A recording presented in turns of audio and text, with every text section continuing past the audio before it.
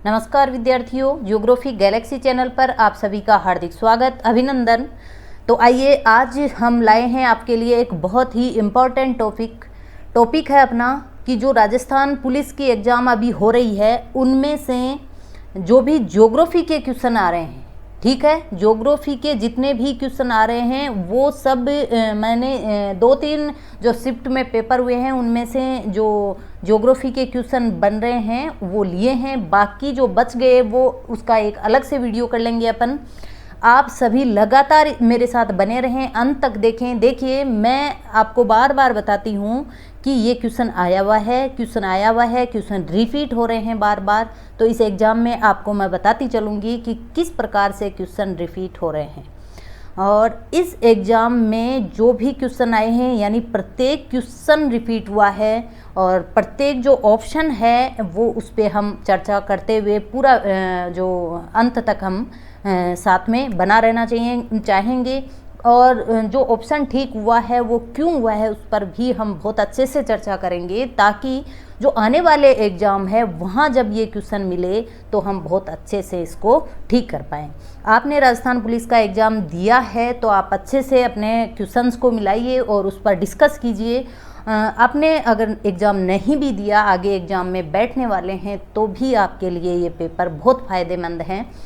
तो आइए, इसमें सबसे पहला जो क्वेश्चन है वो है कि वृद्ध गंगा नाम से प्रसिद्ध दक्षिण भारत की नदी कौन सी है।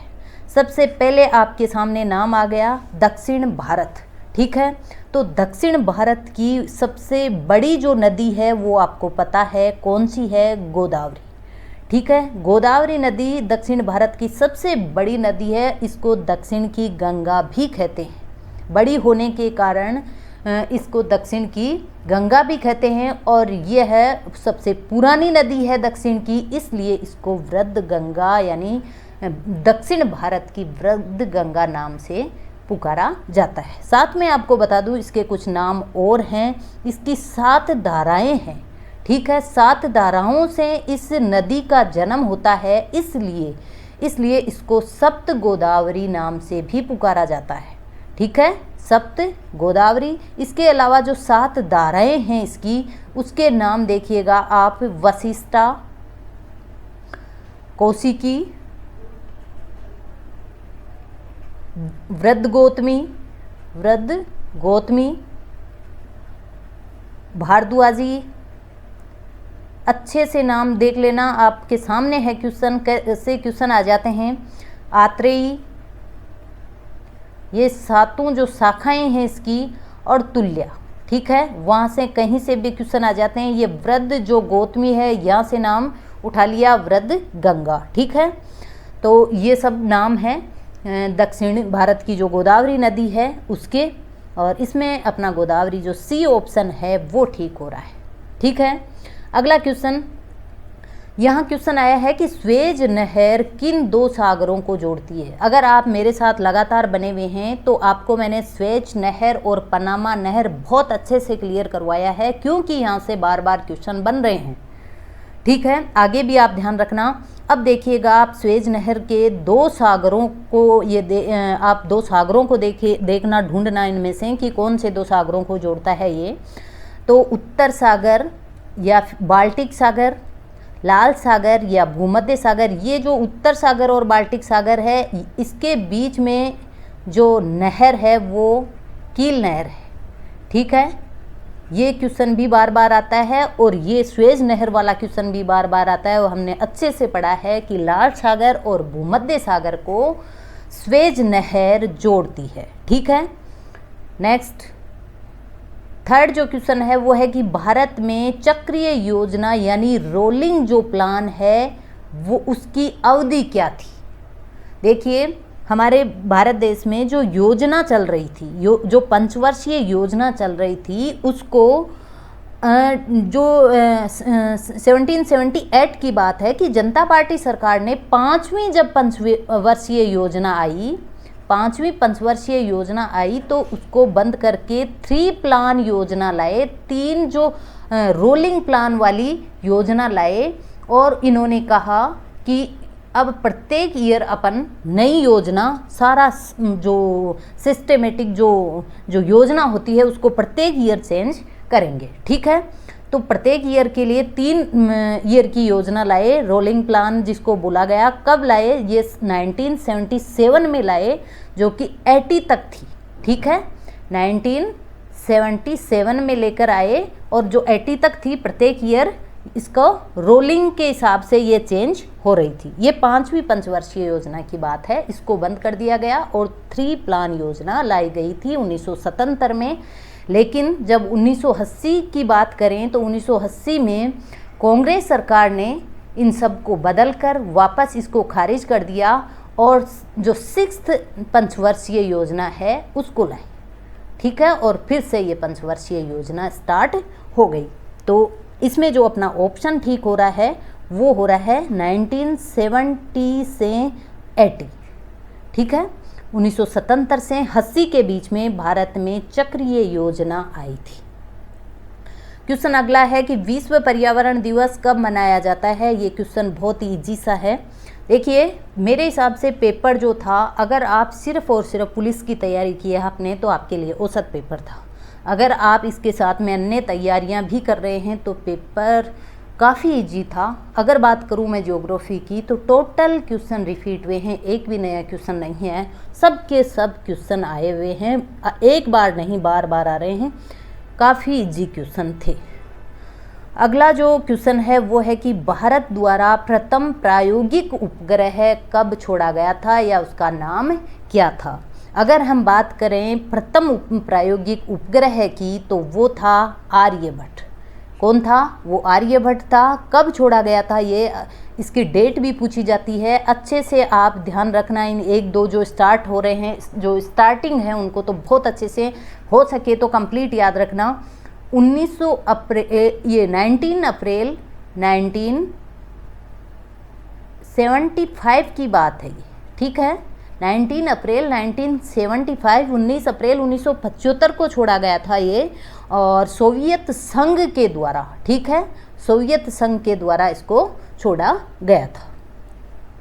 अब अगले क्वेश्चन की चर्चा करें हम तो देखिए, भूकंप की तीव्रता का मापन किया जाता है। बहुत सिंपल सा क्वेश्चन है, बार बार आता है। तो देखिए, इन सब में से जो अपना 4th ऑप्शन है रिएक्टर स्केल, वो इसमें ठीक हो रहा है। अगर बात करें हम रिएक्टर स्केल की तो इसके जो फाउंडर हैं वो हैं चार्ल्स रिएक्टर, ठीक है, चार्ल्स रिएक्टर। और कब किया था इसको फाउंड? 1935 की बात है। 1935 ईस्वी में इसको डेवलप किया था चार्ल्स रिएक्टर ने, तभी इसका नाम दे दिया इसको रिएक्टर स्केल, ठीक है। तो भूकंप की तीव्रता का मापन करने के लिए जो अपना 4th ऑप्शन है वो ठीक हो जाएगा। अगला क्वेश्चन, कर्क रेखा कहाँ से होकर नहीं जाती, ठीक है। कईयों ने तो ये भी नहीं देखा होगा कि नहीं है या हाँ करना है। यहाँ सबसे पहले अपन नहीं को टिक करेंगे, नहीं पूछ रहे हैं, और हमें ये तो बहुत अच्छे से याद हो जाना चाहिए। अगर आपको मैप में नहीं याद हो रहा है, नहीं याद रह पा रहे हैं स्टेट्स, तो आप एक छोटा सा कॉमन सा एक सूत्र है उसको याद रख लीजिए, मित्र पर गमछा मार, ठीक है। बहुत इजीली कर सकते हो आप। देखिए, मिजोरम, त्रिपुरा, पश्चिम बंगाल, राजस्थान, गुजरात, मध्य प्रदेश यानी MP, छत्तीसगढ़, मिजोरम, गमछा, झार, ठीक है। मिजोरम आ गया, झार का झारखंड, ये जो जिले, ये स्टेट्स हैं, ये इनमें से होकर कर्क रेखा गुजरती है। बहुत बार क्वेश्चन आते हैं इधर उधर से, 3 दे दिए या 1 दे दिया कोई सा इनमें से और आपको पूछ लिया जाता है। तो आपको अगर याद नहीं भी रह रहा है तो इस सूत्र से आप बहुत अच्छे से याद कर सकते हैं, ठीक है। तो ये हो गया, इसमें अलग हो गया अपना ओडिशा काफ़ी नीचे रह जाता है कर्क रेखा से, ये इसमें शामिल नहीं होता। नेक्स्ट है निम्न में से कौन सा युग्म सही है। ठीक है, कौन सा युग्म सही है। तो देखिए यहाँ नदियों के नाम दिए गए हैं और साथ में ही उसकी सहायक नदियाँ। तो हमें पहचानना है कि कौन सी नदी की कौन सी सहायक नदी का जो सम्मेलन है वो ठीक बैठ रहा है। क्या कोठ्यारी लूनी नदी की सहायक है? नहीं, कोठ्यारी नदी जो है वो बनास की सहायक नदी, ठीक है, जो कि कहाँ मिलती है? ये भीलवाड़ा में बनास नदी से मिलती है, नंदगांव नामक स्थान पर।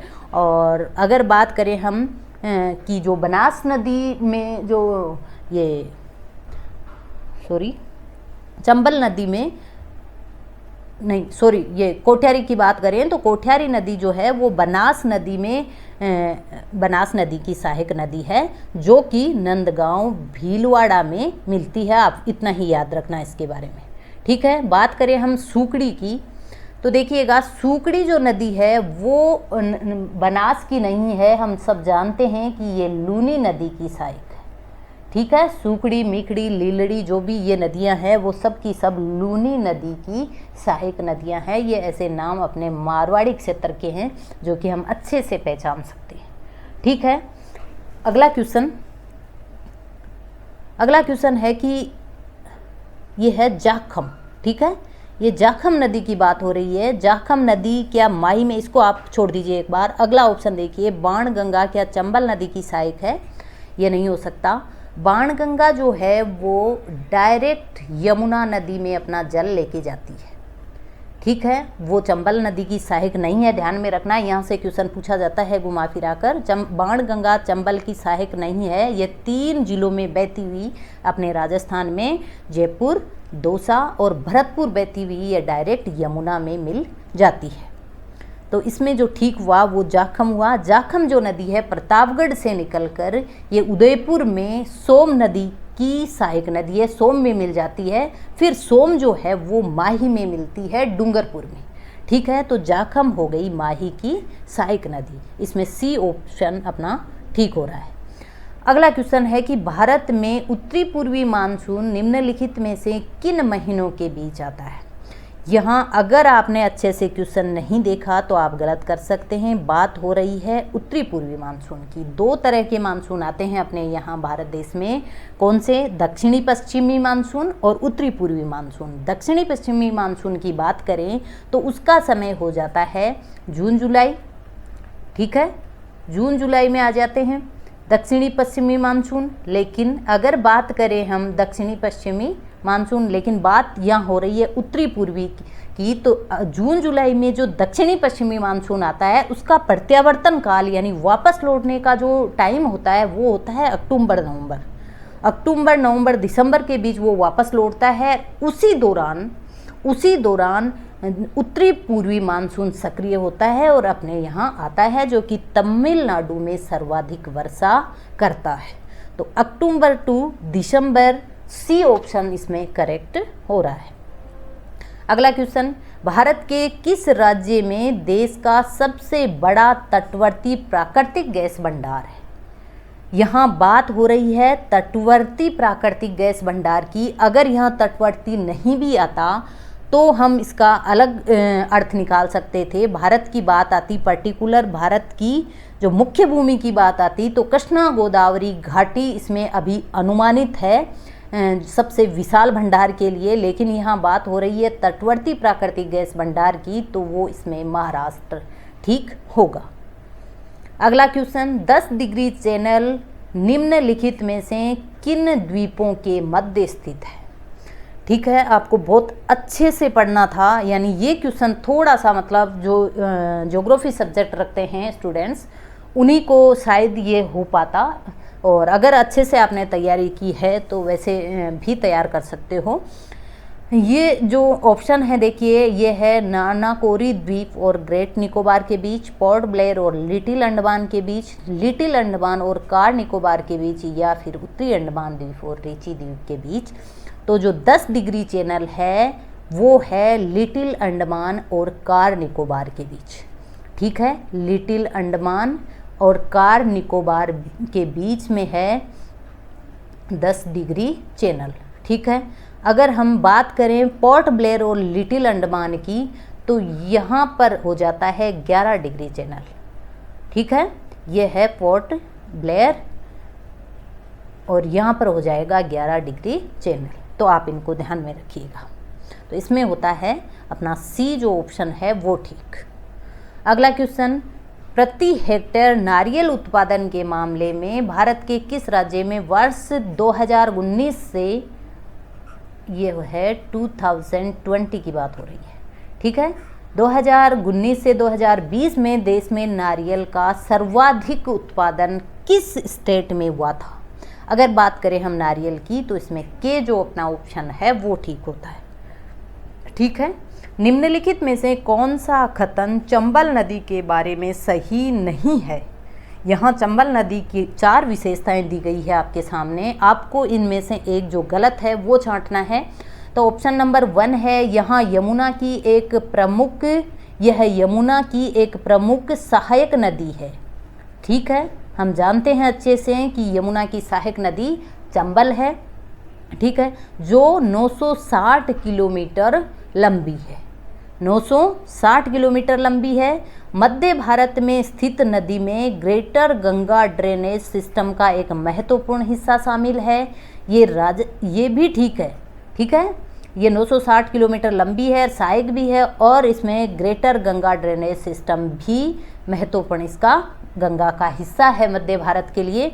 और ये राजस्थान राज्य में होकर बहने वाली नदियों में सबसे बड़ी है। ठीक है, अगर पूछे पूर्णतः बहाव सिर्फ और सिर्फ राजस्थान में कर रही है, उस नदी का सबसे बड़ा जो नदी है पूछा जाए तो वहाँ बनास आ जाता है, लेकिन ये राजस्थान राज्य से होकर बहने वाली सबसे लंबी पूछे तो चंबल ही रहेगी। तो ये भी ठीक है। अगला ऑप्शन है कि चंबल द्वारा यमुना के साथ इसके संगम तक कुल क्षेत्र हिमाचल प्रदेश, मध्य प्रदेश और राजस्थान में स्थित है। हाँ, यहाँ पर बात करें अगर हम मध्य प्रदेश और राजस्थान की तो ठीक बैठता है, लेकिन हिमाचल प्रदेश तो आप सब जानते हैं कि हिमाचल प्रदेश कहाँ है और राजस्थान कहाँ है, यहाँ पर चंबल नदी हो ही नहीं सकती। तो जो गलत छांटना है हमें वो डी हो जाएगा इसमें। ठीक है, गलत कौन सा हो जाएगा? डी नहीं पूछा है, इसमें सही नहीं है, तो डी जो ऑप्शन है वो ठीक होता। अभी हमने वो बात की थी कोठियारी नदी की, तो कोठियारी नदी में हमने चर्चा की थी कि जो कोठियारी नदी की चर्चा की थी, कोठियारी नदी जो है वो बनास में मिलती है भीलवाड़ा में। ठीक है, भीलवाड़ा नंदगांव में, भीलवाड़ा नंदगांव ध्यान रखना। साथ में ही आपसे ये भी पूछा जाता है भीलवाड़ा में ही बनास से एक नदी और मिलती है, लेकिन वो मिल जाती है नंदगांव से पहले ही मांडलगढ़ में। ठीक है, आपको याद आ गया होगा कौन सी नदी है, वो है बेड़च। ठीक है, याद रखना वो कौन सी है, बेड़च नदी। तो बेड़च और कोठियारी दोनों नदियाँ बनास की सहायक नदियाँ हैं और दोनों की दोनों नदी जो है वो मिल रही है भीलवाड़ा में बनास नदी से। ठीक है, अब अपने वापस उसी क्वेश्चन पर आइए। अगला क्वेश्चन है 2021 के अनुसार भारत में तांबे के उत्पादन में राजस्थान का कौन सा स्थान है? ठीक है, तो पहला तो एमपी का है, पहला किसका है? मध्य प्रदेश का, और दूसरा है राजस्थान का। अगला क्वेश्चन, भारत में कौन सा राष्ट्रीय उद्यान बिग कैट की 4 प्रजातियां यानी बाघ, धूमिल, तेंदुआ और हिम तेंदुआ के लिए प्रसिद्ध है? ठीक है, तो इस क्वेश्चन को आप अच्छे से ध्यान रखना। भारत में कौन सा राष्ट्रीय उद्यान, अगर बात हमें ये 4 प्रजातियां जो कि बिग कैट बड़ी बिल्ली, जो बिल्ली प्रजाति की 4 प्रजातियां पूछी है तो उनकी बात करें, जैसे कि बाघ है, तेंदुआ, हिम तेंदुआ, ये सब इनकी चर्चा करें तो वो आ जाता है नामदफा। ठीक है, तो इसमें हो जाएगा बी जो ऑप्शन है नामदफा राष्ट्रीय उद्यान, वो ठीक होगा। अगर नामदफा की बात करें तो ये जैव विविधता के हिसाब से उत्तरी पूर्वी जो हिमालय है, ठीक है, उनमें सबसे बड़ा स्थान है। एक बात जैव विविधता की दृष्टि से पूर्वी हिमालय का सबसे बड़ा जो क्षेत्र है वो है फर्स्ट स्थान पर आता है। दूसरी बात ये अरुणाचल में है। ठीक है, कहाँ पर अवस्थिति है इसकी? अरुणाचल स्टेट में। और भारत का ये सबसे बड़ा जो है राष्ट्रीय उद्यान है, नंबर 3 है। इसमें तीनों बातें आप बहुत अच्छे से याद रखना। भारत का सबसे बड़ा क्षेत्रफल रखता है, ठीक है, सबसे अधिक क्षेत्रफल वाला, अधिक क्षेत्रफल, ठीक है। तो तीनों की तीनों जो चर्चा है आप अच्छे से नामदफा के बारे में याद रखना, फिर से क्वेश्चन बन सकता है। समय अवधि और उसे परिभाषित करने वाली घटनाओं का मिलान कीजिए जिसमें वह घटित हुई है और नीचे दिए गए विकल्प का चयन कीजिए। अगर आप मेरे ग्रुप में शामिल हैं तो पता नहीं, मैंने बहुत बार और ये लेक्चर्स में भी मैं कई बार इस चीज़ को डिस्कस करती हूँ कि जो जियोलॉजिकल जो टाइम स्केल है आप उसको बहुत अच्छे से याद कर लीजिए। याद नहीं हो रहा है उसको रट लीजिए, कैसे भी अपने घर वालों के नामों पर, कैसे भी उनकी बर्थ डेट पर, कैसे भी आप उसको याद कर लीजिए। वहाँ से आपको प्रत्येक एग्ज़ाम में एक क्वेश्चन, अभी जो लेटेस्ट एग्ज़ाम्स हो रहे हैं एक पैटर्न बन गया है, प्रत्येक एग्जाम में क्वेश्चन मिल रहे हैं वहाँ से, तो आपको बहुत ही अच्छे से उसको तैयार करना था। ये क्वेश्चन शायद ज्योग्राफी स्टूडेंट्स का ही ठीक हुआ होगा। देखिए यहाँ 4 काल दे दिए हैं आपको, क्रिटेशियस, कैम्ब्रियन, कार्बोनिफेरस और क्वार्टनरी, ठीक है। और चारों युगों में क्या क्या घटनाएं हुई उन चारों का नीचे दिया है, आपको मैच करना था। मैच करने वाले ऑप्शन मैंने नहीं लिए हैं, आपके सामने रख देती हूँ।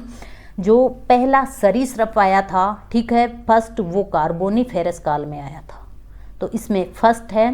पहली जो मछली आई थी वो आई थी कैम्ब्रियन में, तो 2 नंबर हो जाएगा। मानव का विकास जो था वो क्वार्टनरी में हुआ था।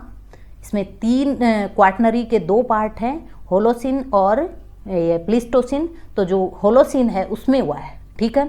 और अब कौन बचा?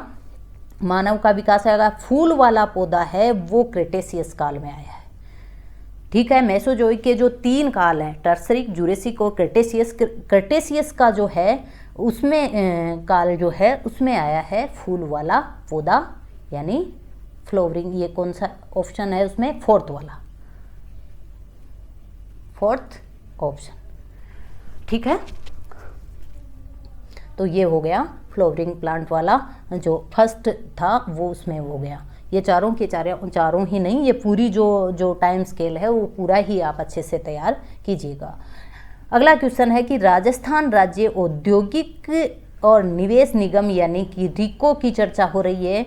उसने कृषि आधारित उद्योगों के विकास के लिए एग्रो फूड की बात हो रही है। एग्रो फूड जो पार्क हैं उनकी चर्चा हो रही है। वो 4 जिलों में स्थापित किए हैं, तो वो कौन से जिलों में हैं और कौन से में नहीं है? एक आपको छांटना है नहीं वाला, यानी एक गलत है इन चारों में से। तो देखिएगा, अगर हम चर्चा करें तो सबसे पहले कोटा आता है जो करेक्ट है, नंबर 2 गंगानगर आता है, वहाँ भी है, नंबर 3 अलवर में भी है, और 4th जयपुर में नहीं है, ये जोधपुर में है, ठीक है। जयपुर में ये नहीं है, तो इसमें डी जो ऑप्शन है वो ठीक हो जाएगा।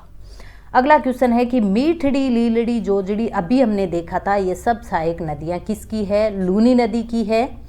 अगर बात करें हम राज्य की जनगणना 2011 की, तो सबसे बड़ा जो अपना यहाँ का सर्वाधिक जनसंख्या रखने वाला जो जिला है वो जयपुर है, ठीक है।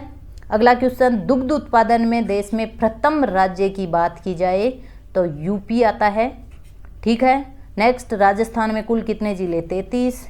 और अगला क्वेश्चन है कि 2021 में चयनित 4 जो आर्द्र भूमियां हैं उनके नाम बताओ। बहुत ही इम्पोर्टेंट है, अगर आप मुझे सुनते हैं, मुझे मानते हैं, तो आप ये चारों के चारों जो ऑप्शन हैं, चारों के चारों जो ये आर्द्र भूमियां हैं बहुत अच्छे से तैयार कर लीजिए, क्योंकि यहाँ से क्वेश्चन हर बार बनता है, ठीक है। तो ये हो गए चारों ही ठीक हैं, तो ये बहुत अच्छे से देख लेना। हरियाणा के भिंडावास वन्य जीव अभ्यारण्य, सुल्तानपुर राष्ट्रीय उद्यान तथा गुजरात के थोल झील वन्य जीव अभ्यारण्य और वाधवना आर्द्र भूमि, ठीक है। 2 गुजरात के हैं और 2 हरियाणा के हैं, बहुत अच्छे से तैयार कर लेना, ये आपको अगली एग्जाम में ज़रूर मिलना है, ठीक है। भिंडावास वन्य जीव अभ्यारण्य, सुल्तानपुर राष्ट्रीय दोनों हरियाणा के हैं, और गुजरात के थोल झील वन्य जीव अभ्यारण्य और वाधवना आर्द्र भूमि। तो ये चारों के चारों 2021 में चयनित हुए थे। ब्लू सिटी की बात करें राजस्थान में तो जोधपुर है। राजस्थान की सर्वोच्च चोटी की बात की जाए तो वो कौन है? गुरु शिखर। ठीक है, गुरु शिखर, जिसकी चोटी की ऊंचाई जो है वो है 1722 मीटर। ये राजस्थान की सबसे ऊंची चोटी है। ठीक है, ये क्वेश्चन लिए थे मैंने 2-3 जो पेपर्स हुए हैं अलग अलग जो शिफ्टों में, उनमें से ज्योग्राफी के जो क्वेश्चन थे वो ले लिए। जो बच्चे हैं वो भी उसका भी जल्दी से मैं लेक्चर लाऊंगी। ऐसे ही हम बिल्कुल प्रत्येक ऑप्शन पर डिस्कस करते हुए पूरा पेपर जो है वो सॉल्व करेंगे। ठीक है, तो आज इतना ही, कल फिर मिलते हैं। जय हिंद, जय भारत।